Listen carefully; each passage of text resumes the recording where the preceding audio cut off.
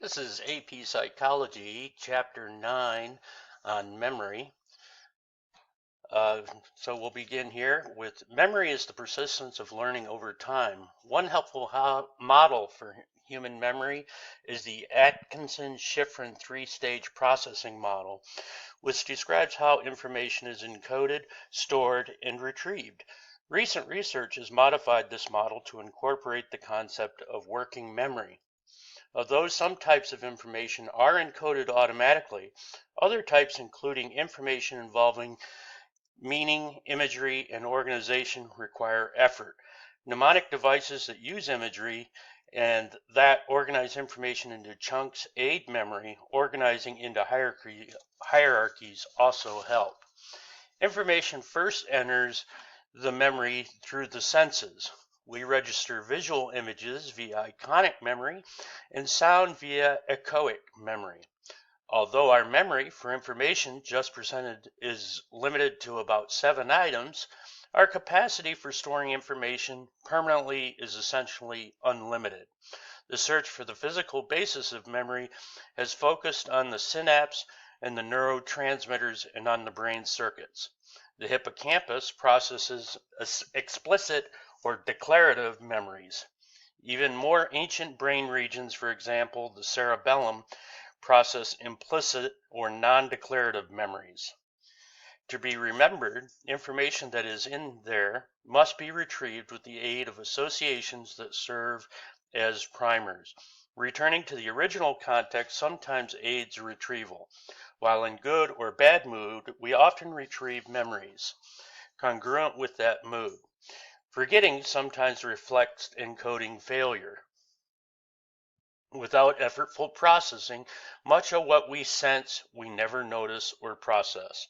Memories may also fade after storage, often rapidly at first and then leveling off. Retrieval failures may be caused by proactive or retroactive interference or even by motivated forgetting. Memories are not stored as exact copies, rather they are constructed. Using both stored and new information, thus when eyewitnesses are subtly exposed to misinformation after an event, they often believe they saw the misleading details as part of the event. Memory researchers also especially suspicious of long repressed memories of sexual abuse, UFO, abduction, or other traumas that are recovered with the aid of therapists or suggestive book. Among strategies for improving memory are spaced practice, active rehearsal, and coding of well-organized, vivid, and meaningful associations. Mnemonic devices, the return to context and moods that are rich with associations, self-testing, rehearsal, minimizing interference. So we'll be looking at the phenomenon of memory, information processing, encoding, how getting information, how we encode, what we encode. Then we'll talk about storage, retaining information, sensory memory, working and short-term memory, long-term memory, storing memories in the brain. And then we'll be talking about retrieval, getting information out, retrieval cues, forgetting, encoding failure, storage and decay, retrieval and failure. Then we'll talk about how memories are formed through memory construction, misinformation, and imagination effect, source amnesia, discerning true and false memories, children's eyewitness recall, repressed and constructed memories of abuse. And then how we can improve memory.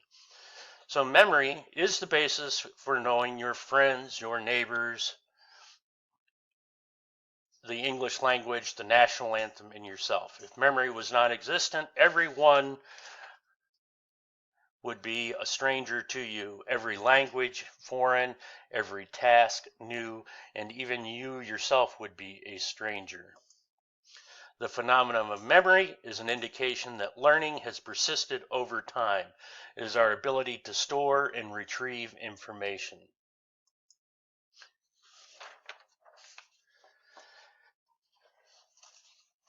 Organized by Tony Bazan, an expert on memory learning, and Raymond Keane, British chess grandmaster. The famous memory aid was held in 1991. The 13th Annual World Memory Championships took place in Manchester, England on May 28th through the 30th of 2004.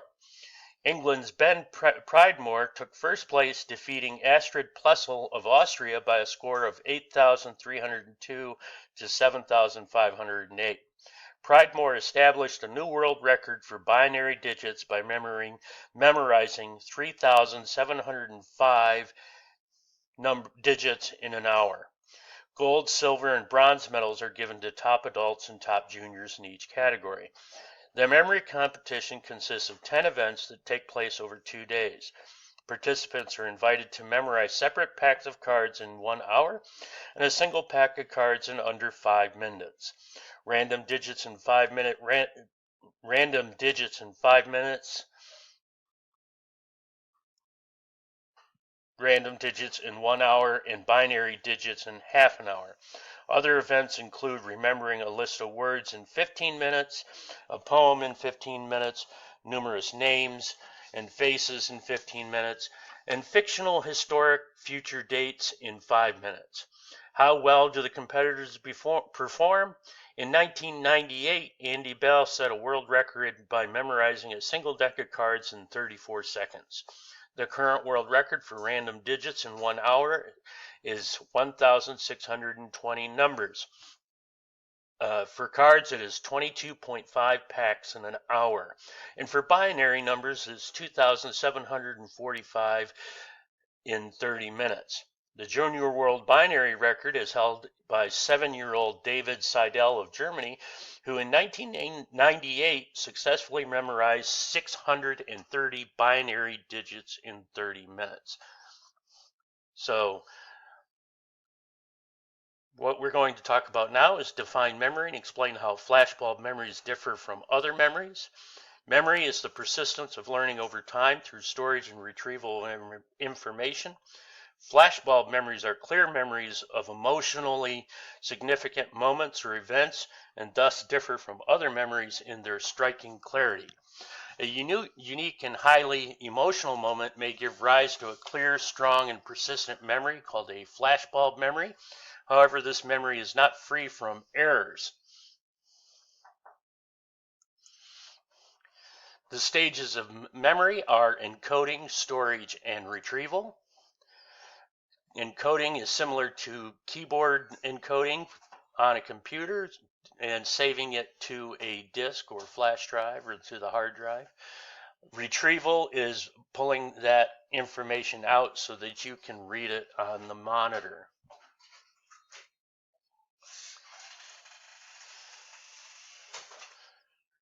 So we're going to talk about the Atkinson-Shiffrin classic 3-stage processing model of memory and explain how the contemporary model of working memory differs. The Atkinson-Shiffrin 3-stage model of memory includes a sensory memory, the short-term memory, and a long-term memory. In some ways, our memory is like a computer's information processing system. Information must be encoded, stored, and retrieved. The Atkinson-Shiffrin 3-stage processing model states that we first record to be remembered information as fleeting sensory memory, from which it is processed into a short-term memory bin where we encode it through rehearsal for long-term memory and later retrieval. Contemporary memory researchers note that we sometimes bypass the first 2 stages and register some information automatically. They also prefer the term working memory to short-term memory because it emphasizes a more active role in the second processing stage where we rehearse information and associate with new stimuli with existing memories.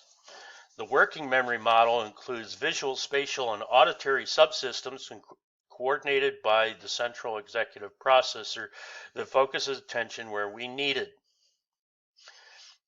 The episodic buffer helps the central executive integrate input in a way we can comprehend.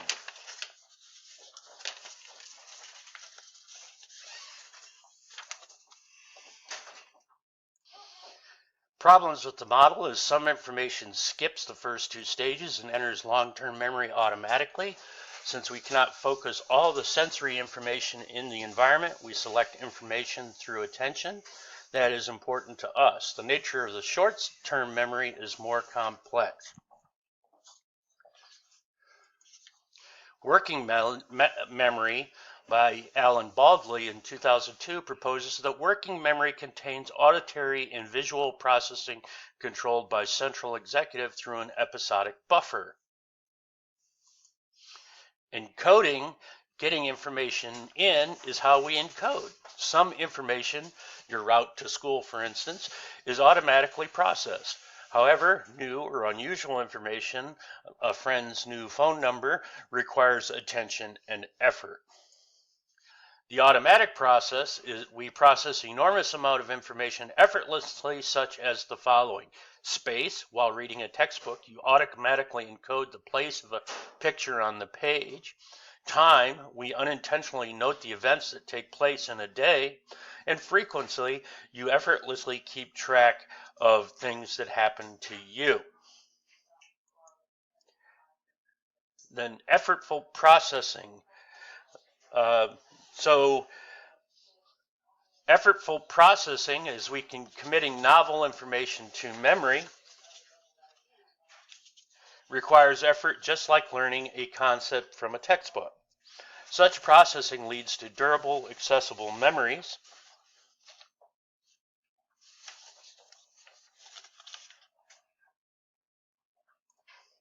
And to some extent, encoding occurs automatically. With little or no effort, we encode an enormous amount of information about space, time, and frequency. For example, we can recreate the sequence of the day's events in order to guess where we might have left our coat. Automatic processing occurs without our awareness and without interfering with our thinking about other things. Some forms of processing, such as learning to read or drive, require attention and effort when we first perform them, but as we practice them, they become automatic. Mnemonic devices are both theoretical and practical importance. They can be used to illustrate the role of meaning and imagery in organization and successful encoding. The first mnemonic based on visual imagery was devised by the Greek poet Simonides in about 500 BC.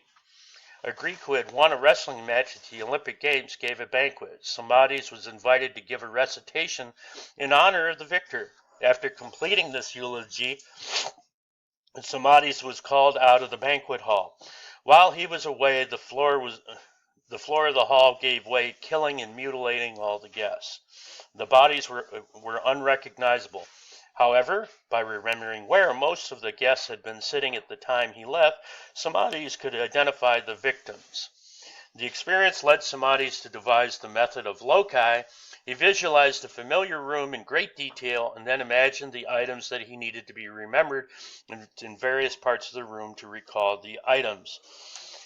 He would visualize the room. The system became popular with classical orators such as Cicero.